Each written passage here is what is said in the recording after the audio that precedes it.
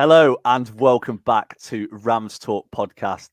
God, what a day yesterday. I don't even know how to put it into words. I say that we're about to talk about it for 40 minutes, but it was an amazing day yesterday. I mean, every Derby fan will know we beat Bolton 1-0 at home. It's the closest, I think, to a cup final feeling we've had since the last two playoff finals, which we'd rather not talk about. But it was amazing. Derby turned up, probably didn't play the best they've ever played, but ground out a massive, massive result, which puts us in the driving seat for automatic promotion. Who'd have thought we'd be saying that?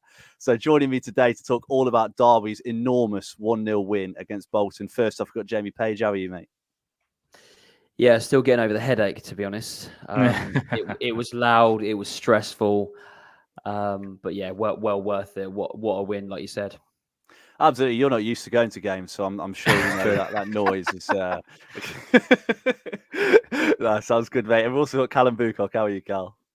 All good, all good. I think I've finally calmed down after yesterday. I think that I was getting to a point where I was like nervous as hell, and I was like doing tingles and my hands were going all over the shop. Was that the end of the sentence? Okay. Yeah, it was. Yeah. And we've also got Adam Titley. How are you, mate? Yeah, I'm good, mate. Just about settled down after yesterday. That momentous win. Momentous. I'm going to say Adam had a momentous sway in the yard. I was about to say, I thought he was going to say sobered up.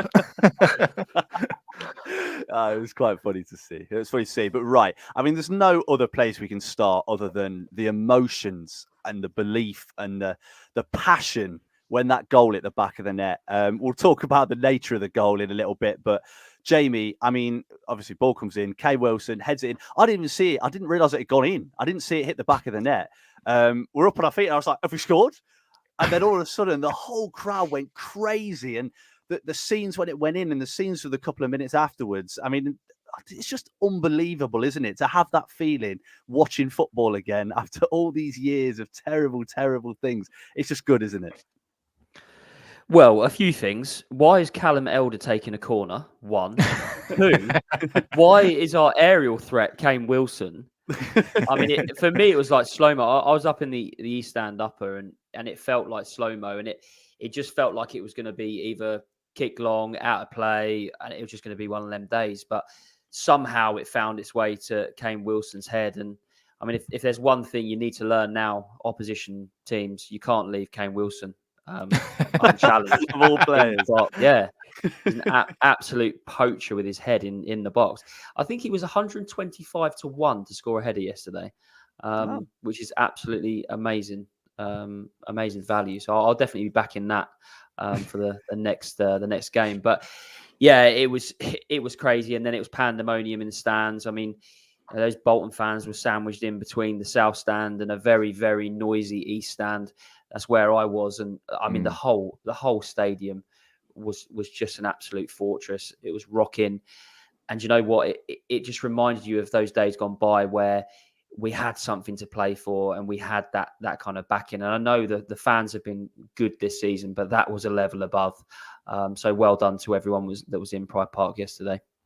Yeah, absolutely. I mean, I sit in the East Stand, sort of upper East, just underneath the clock. And as you can imagine, the atmosphere isn't fantastic there the majority of the time. There's a lot of older people around. I have never seen it like that. Everyone was on their feet. People were bouncing. People were singing. I mean, usually it's me singing on my own up there, which is always quite fun. Just me and my brother enjoying ourselves whilst all the old people get angry. But it was amazing. Everyone joined in. And Callum, you can just see what it means. You can see what it means. You know, we've seen the belief in this Derby team grow and grow and grow and grow. And obviously Bolton, they had a lot of chances, which we'll get onto, but we kept them out. We got the goal. And yeah, you could just see what it means to everyone. Yeah, it shows what fans can do in a football match. I think that when you look at across League One and what numbers we bring in as a club, it shows what a massive difference in such a key fixture it can make. I mean, from minute one, I mean, even before the kickoff, before the players even came out, as soon as the players came on like that tunnel cam on the screen, it started going. The flags started coming out in the South Stand, and I think Paul Warne joked about the flags post game in his interview. But again, it just added to it. It just created that like almost like cup final atmosphere. And I think Bolton fans even added to it again. It was just like us against them. It was because if you did that against a Fleetwood, or no disrespect to them, if they've got a couple of hundred, it's not going to bring the same thing, is it? But when you, do you know what I mean? Have that Fleetwood. Yeah. but when you look at like as you say, it just added to the occasion. And as you say, when the goal went in, I haven't seen a collective all four stands uproar like there was. I think when you've got the East stand asking the South stand to bring a chance on, it's half decent. Because as you say, I think you said, Jake, you're not really a Singhy section in that East stand, other when you're going towards obviously the away section. Yeah, I mean, Adam, obviously being in the South Stand as well. We've seen a lot this year. We've talked about the South Stand not being itself, not being how it's been in the past. And we saw before the game, there were the banners that went up, all the flags everywhere. I thought, we talked about Black and White Day. Unbelievable. So many people brought scarves. I saw so many scarves, so many flags, flags from years gone by, scarves from years gone by. I saw someone who had a scarf that said something like 1972 league winners or something like that. It's like that sort of stuff was coming out for the game. And that shows how much of a big occasion it was. And the fans really stepped up, didn't they? Because we needed to. We've not been good enough for the majority of the season, but we did it when it mattered. And God, did we do it well.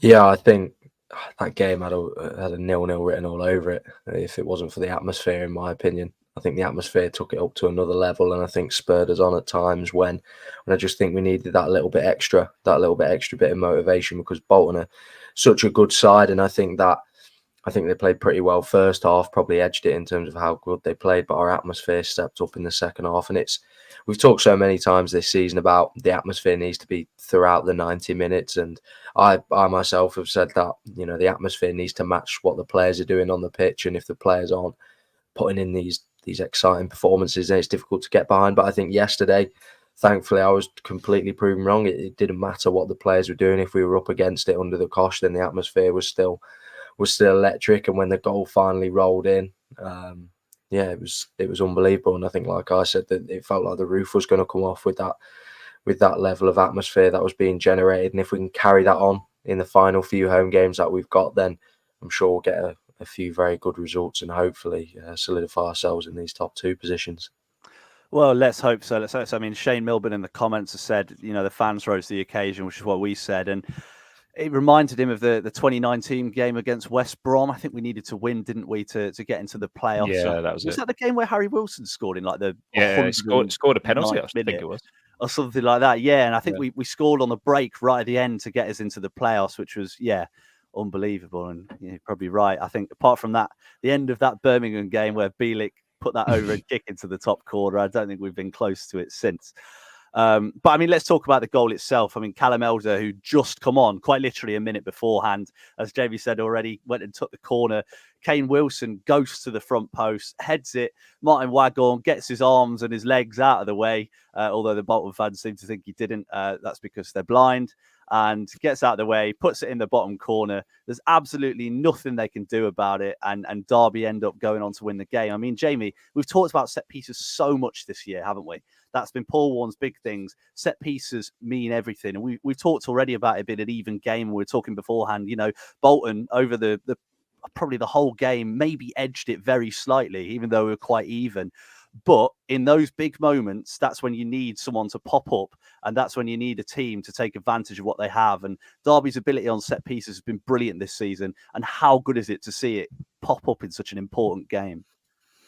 Yeah, well, when Dwight Gale went down, I mean, I noticed it quite quickly that he was struggling before he went down. And I just thought, who's going to score here? Because I don't think Mendes Lang had his best game. I don't think most people had their best games. Obviously, Wildsmith, Cash and Forsyth, I mean, they were brilliant. But in attacking areas, I just didn't think that we were going to break them down. And like you say there, that is where you need to make the most of your set pieces. You need to put the balls in good areas.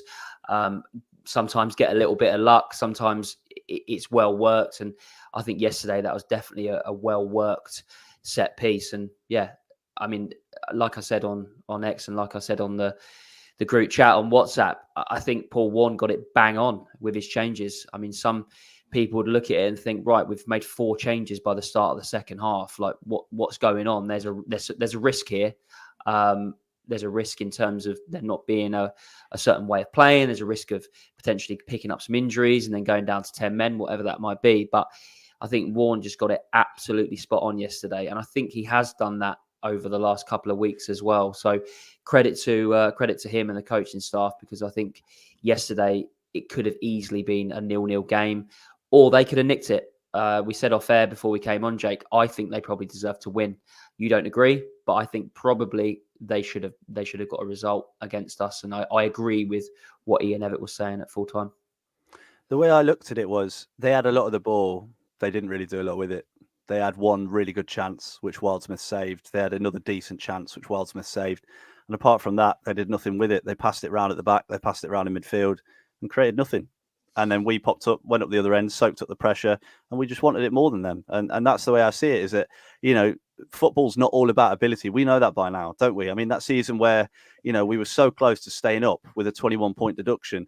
Look at our team. It wasn't a good team. It was nowhere near a team that would have been, you know, towards the top of the championship. Yet form-wise, we were a mid-table side with a team of youth players, because they had that heart, they had that passion, they had that belief. And I think yesterday, that is what got Derby over the line. You know, we talked about the fans, and Callum, I'll come to you about this in a second, asking about the end of the game. But that team gave everything. Mendes Lang, you know, maybe he didn't have his best game. He was dead on his feet when he was running through in the last minute. He couldn't run. He couldn't pick his legs up because he'd given everything to try and win that game. And I think every player did. And that's what made it so special, was that the fans gave everything and the players did too. And can you ask for anything else as a fan than winning the game in that manner? But Callum, I mean, we saw the scenes at the end. We've seen the bounce at a few games recently, which is always really good to see, especially when we've, you know, got a really good result like that one. And also, one of the things I saw was Warne. The second the full-time whistle went, he went belting over towards Joe Wildsmith, jumped on him. I don't know if Wildsmith knew what to do or how to react to what had happened. I mean, we've not seen that sort of emotion from Paul Warne before. And I think it sort of showed the emotion in the whole ground, didn't it? That we've got that belief now. And is it now time that Derby fans have accepted Paul Warne and the way we're going to play? Yeah, it was great to see. When you look at Warne, he kind of keeps his close to his chest with his emotions, really. He kind of keeps a level head. It was the first time I've seen him in person do something like that. His usual thing is to go around and give everyone a round of applause and just thank them for being there and stuff. But it was the first time he's gone and not just gone and hugged players. Obviously, he goes around and each individual one, but go and I don't think it could contain the excitement. He just wanted. But I think of what Wildsmith did that game. I think I agree with Jamie. I think they did edge in terms of chances, clear-cut chances. I think without a set piece, I didn't really see where we were going to get a win, really, or a counter-attack. So I did think that Wildsmith's actions did really play a part in the victory. And not just Paul Warne did that, but I think Loach went straight over there. 2 or 3 of the other coaching members of staff went over there. Everyone really recognised what he did for the team. And as you say, Paul Warne just obviously couldn't contain himself and kind of, I was worried that at one point it was because he kind of caught him off guard, that he was just going to launch him and just sack him on the floor. And I was like, just don't injure him. Just whatever you do, just don't injure him. I mean, we've talked about him now, Adam, so we might as well talk about him. Joe Wildsmith. Wow. Like, honestly, that was one of the best goalkeeping performances from a Derby player I think I've ever seen. I mean, that save in the first half, I think it was Bodvarsson who had the header. Point blank range, he should score. 9 times out of 10, he should score. A Wildsmith somehow gets across, gets a hand to it and puts it out. I mean, earlier, I can't believe he got dropped. I'm just going to say it. I cannot believe Joe Wildsmith got dropped earlier in the season. And I think he showed yesterday, didn't he, Adam, that he is the main man and he is Derby's number one.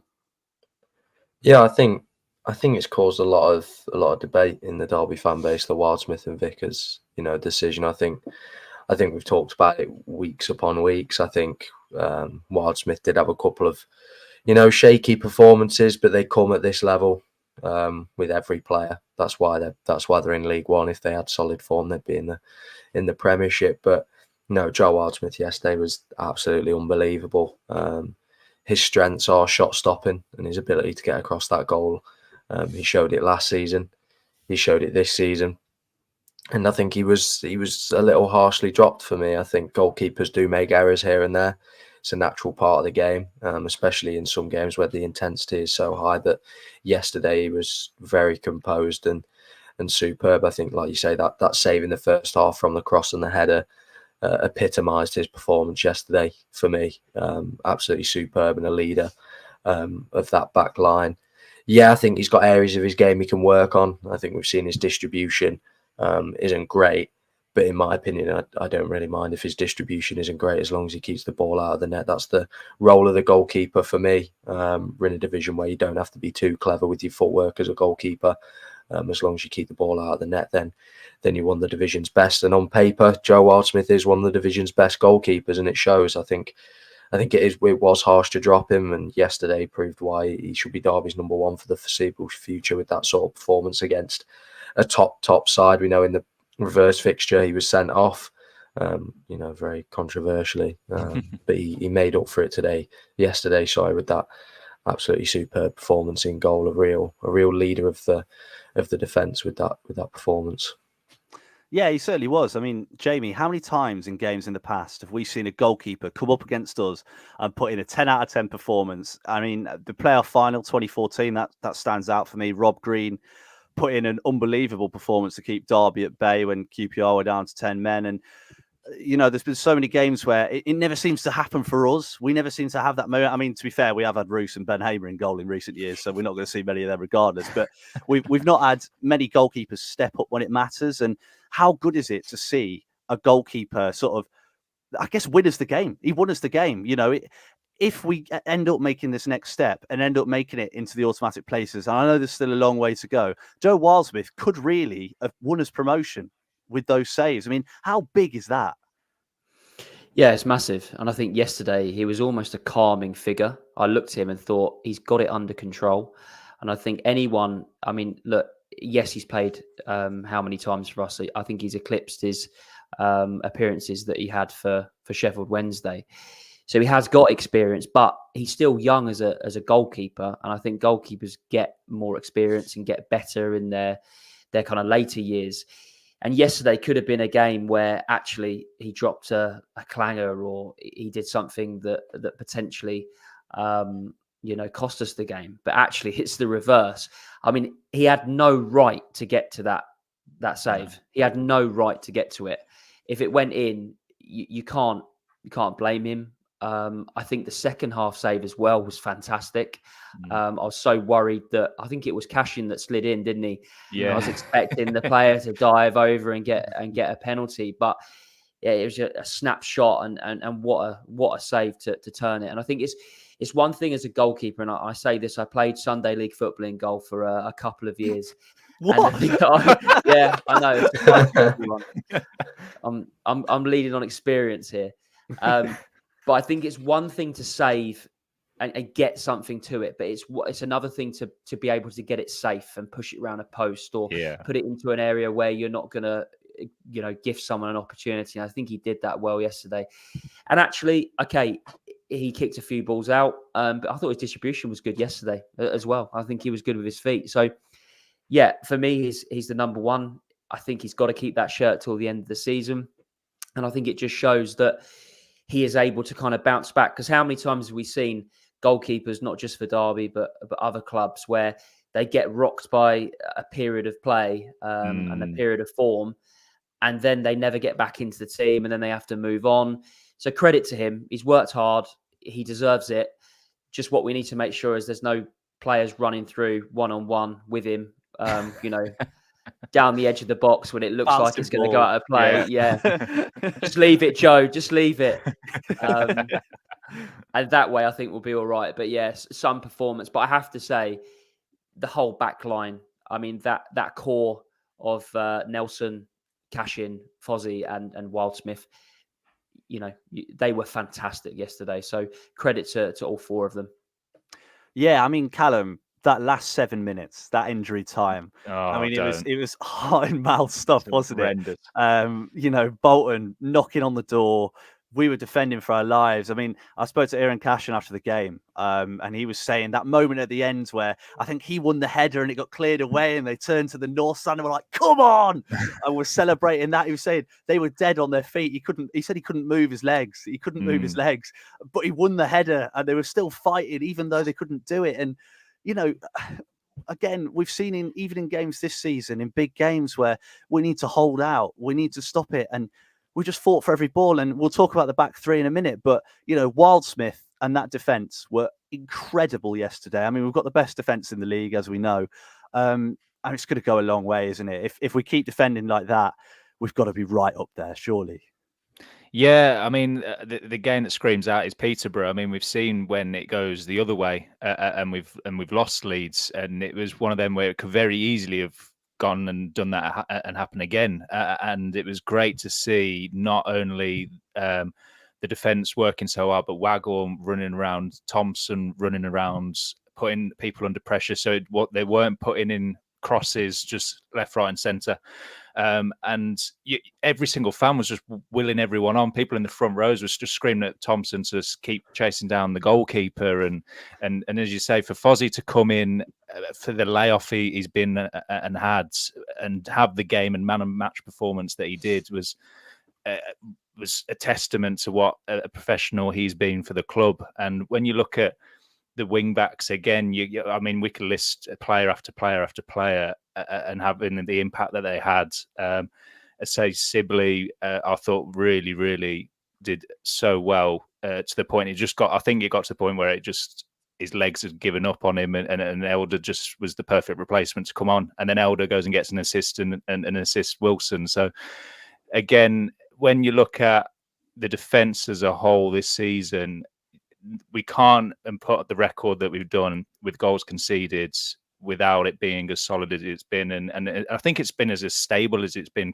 I mean, Cash and Nelson, I think, have played in 99% of games this season. You could tell me if I'm wrong on that, but I mean, I can't think of a game that they haven't played. So, I mean, to have the fitness and stuff, I think that's where Paul Warne comes into his own with the strength and conditioning of these players, because to go on for 97 plus minutes and keep putting in the mental focus that they was outstanding. It was. And Adam, I mean, 3 names, we've talked about them already. Aaron Cashin, Craig Forsyth, Curtis Nelson. Cashin, young lad, start of the season, people were saying he's not the same player he was. Forsyth, 100 years old, he's been here forever, you know, was a winger, was a left back, now a centre back. Curtis Nelson didn't have a great load at Blackpool, written off by Cardiff fans, came in with little to no fanfare, and those 3 were absolutely unbelievable and have been for this entire season. The way they fought for every ball, the way they won every ball. You know, Sonny Bradley misses out because of a concussion. Craig Forsyth, not played in months, doesn't matter, comes straight into the team and absolutely bosses it. You know, they couldn't get near him. They couldn't get near him. I mean, Aaron Collins, how much did they pay for him from Bristol Rovers? Waste of money. Craig Forsyth's got him in his pocket.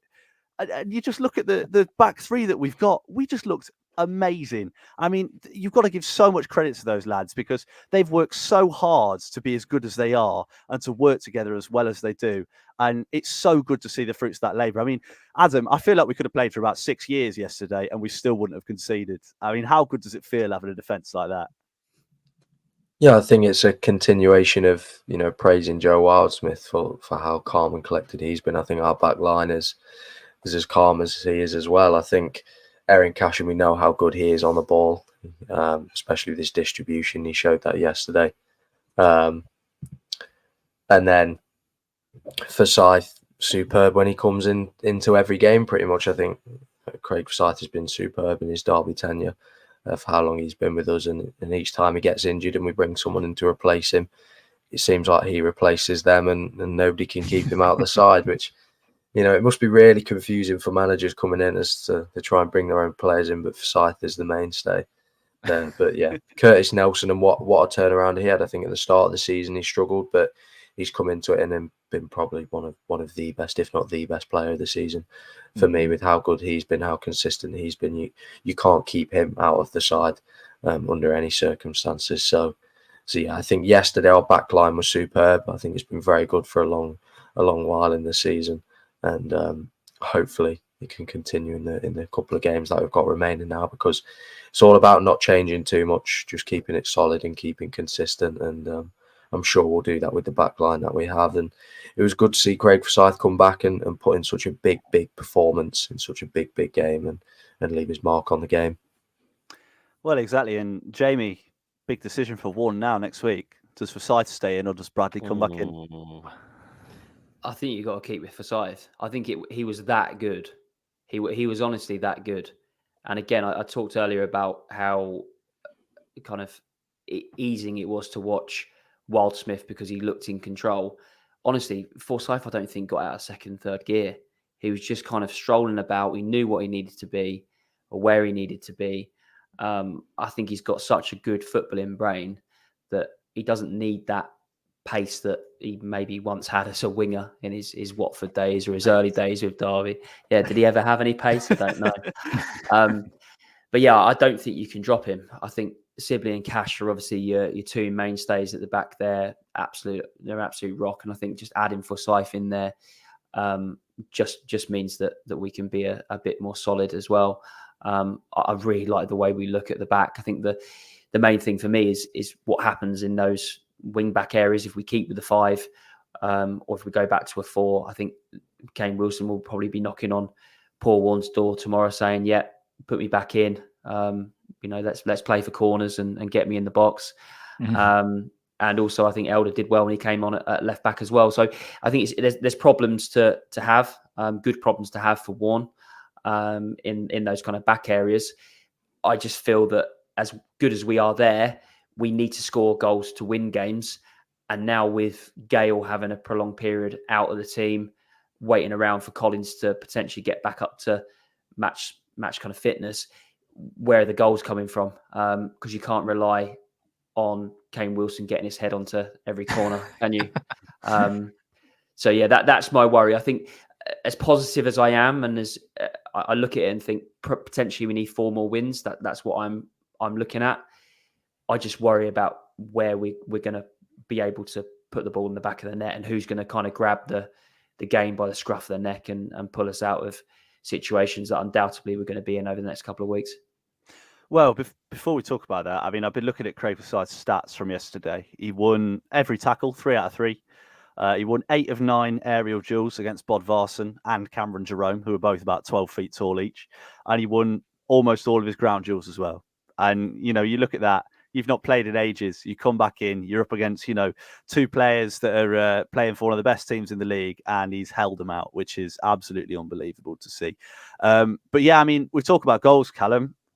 Derby don't really have an out-and-out top scorer, do they? I mean, I think James Collins is still top with 13, and yet we're second in the league. We've got goals coming from all over the pitch. I mean, I think every player's scored now. I think Joe Ward hasn't scored. Ibu Adams hasn't scored. I think pretty much every other player's scored. I could be wrong. Anyone know if I'm wrong? Wildsmith hasn't scored, obviously. Oh, yeah, funny, yeah. But every other outfielder pretty much has scored. I think that's one of the good things about this Derby team is that we've got goals from all over the pitch. You look at the game the other day. We had our left back scored a brace. It's just one of those. So, I mean, that sort of leads me on to another thing, Callum. We talked about Joe Ward at right back. Obviously got hooked at half time. I think against defenders with pace, I think he really struggles. Obviously, he's got a great delivery, but he's not as good on the ball. Gay Wilson came on, just ripped it to pieces. They couldn't handle him. How many times did he skin that winger? Oh. I mean, who was it? Let's have a look here. Ogbeta, yes, him. He skinned him about 4 or 5 times. There's one time where he dived in and Wilson was already gone. He was in a different postcode by the time he dived in. And who are you playing?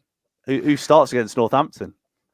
I think if Ward is fit, because I think that Warne said that he was pulled because of injury. How true that is, or if it was a change in personnel, I don't know. But I think Ward has had good enough performances over the last 3 or 4 weeks to do it. I think Wilson's come on and had impacts, and I think I like him doing that.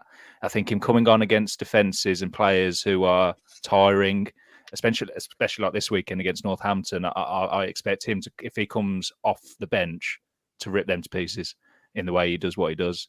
So I would probably stick with Ward. I love his set pieces. I love his crosses, and obviously away from home, I think he suits. It's just whether he's fit or not. But all I ask is that he takes the free kicks and Conor Horan doesn't. That's all I ask. Well, I mean, Adam, we've got to talk about that midfield, don't we? Because I think of all the problems or all the things in the game, that was our only real issue. I think Ibu Adams, again, we had a comment, I think from Jim Johnson saying how good he was. And he was brilliant. He was everywhere, absolutely everywhere, as he is every single game. But Conor Horan really struggles, and he had his pocket picked a few times and obviously ended up getting hooked himself. I don't think he looked anywhere near ready to play in that game. Is it a bit of fatigue? Is he just a little bit, tired? We've played a lot of games in not a lot of time. And, what sort of midfield are you looking to start with at the weekend? I think I agree with you there with what you said there about, I think Horan's played a lot of games for a player that's aging and getting towards the end of his career. We saw it with Mendes-Lang. Players need rotation. They need rest. When Mendes-Lang then came back from being rested, he was absolutely superb. And I think Conor Horan may just need maybe to be benched in one game and come on at half time or later on in the game, and then he can carry on, because I think he has played a lot of games in quick succession, and he's not that box-to-box midfielder that Max Bird can almost be. Now he's out with injury. I think Thompson's energy was really good when he came on. Yeah. However, Thompson's energy, I think, is not always directed and not always in the right areas, if that makes sense. And I worry that Lionel Tessie like that. Do you see the way he was turning those defenders around?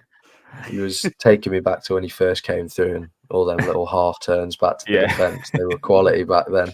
So he was taking me back then, rolling back the years. But no, I think Liam Thompson is a difficult one to start because of he's not had a set run of games starting, and he's not had too much game time recently. But he's definitely got to be in contention. If Conor Horan needs that rest, then I think Thompson would be a good addition. We saw how good he was at the start of the season before his injury. He was superb. So hopefully he can come into the side. I think against Northampton, I think it's a game where Conor Horan can play in it. Because of how good Northampton have been this season, it might suit his game a little bit more.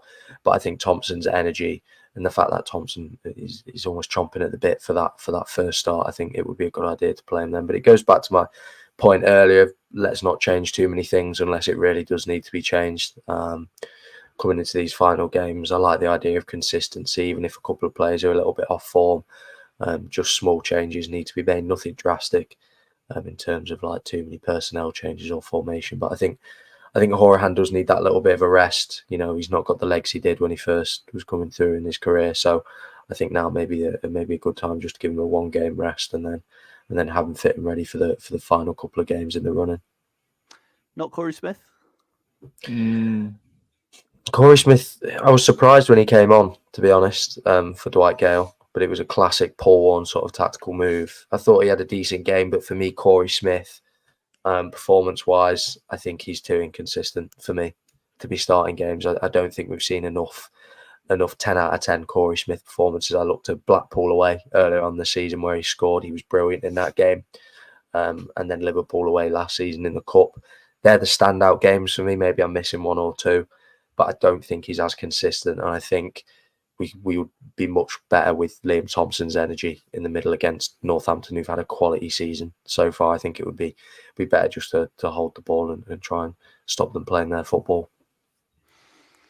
You've been indoctrinated into the Paul Warne way. Stop them playing their football. Stop mid-table Northampton from playing their football. I love it. I love it.